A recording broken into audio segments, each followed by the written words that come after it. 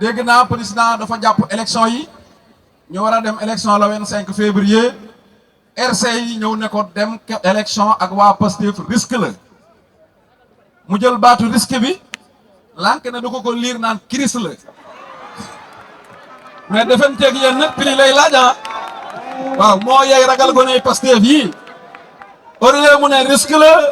mu ñëw naan non crise la mais bi ma ñëwee ak APES laa xam ne vraiment nag risque la te dajeeg yéen waaw parce que nag tey jii iPhone Dubaay moom xaw ma fu mu nekk waaye du nelaw tey moom iPhone du nelaw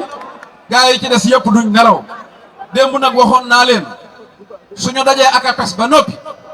dama bëgg a noppal yeneen candidat yi liñ naroon a jënde essence nañ ko jënde connexion programme bi ñu vocal ko li ci des ñu live ko te bàyyee ñu terrain bi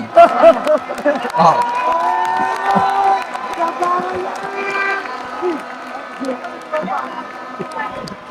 waaw xam nga programme boo xam ne man démb damaa dem Radisson mais programme dañ koy wax di ko wax ba nga sonn yow mi koy déglu mais yow problème mu Sénégal yëpp nga bind 7 pages te dañ koy réglé waaw ku koy programme mu Sénégal 7 pages nan la koy réglé ah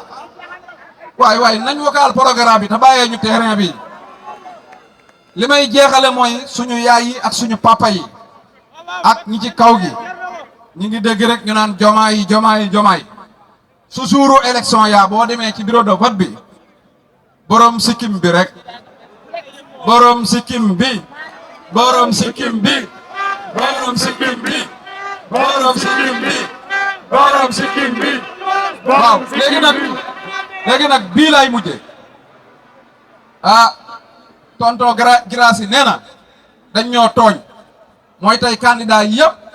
dinañ génn RTS moom des suñ candidat waa jour passation des services la ñuy fayu du jour boobaa benn candidat fay taxaw muy suñ candidat asalaam